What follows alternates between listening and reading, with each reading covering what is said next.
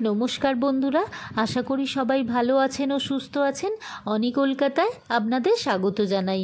দীপিকা পাদুকোনের মেয়ের জন্য আম্বানি পরিবার ও বলিউড সুপারস্টাররা কী গিফট উপহার দিলেন আসুন জেনে নিই।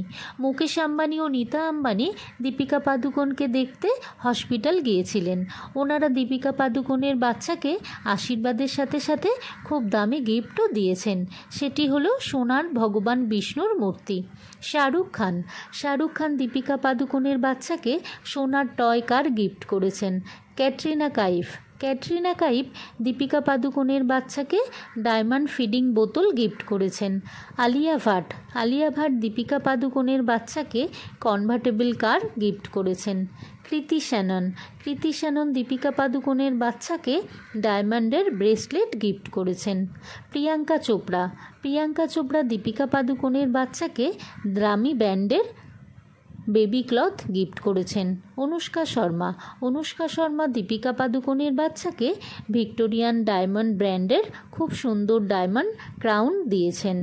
কিয়ারা আদবানি দীপিকা পাদুকোনের বাচ্চাকে বেবি ট্রলি গিফট করেছেন। সারা আলি খান দীপিকা পাদুকোনের বাচ্চাকে সোনার চামচ গিফট করেছেন। জাহ্নবী কাপুর দীপিকা পাদুকোনের বাচ্চাকে বেবি ব্ল্যাঙ্কেট গিফট করেছেন। বরুণ ধাবান দীপিকা পাদুকোনের বাচ্চাকে বেবি হট টাব গিফট করেছেন। মালাইকা আরোরা দীপিকা পাদুকোনের বাচ্চাকে বেবি দোলনা গিফট করেছেন।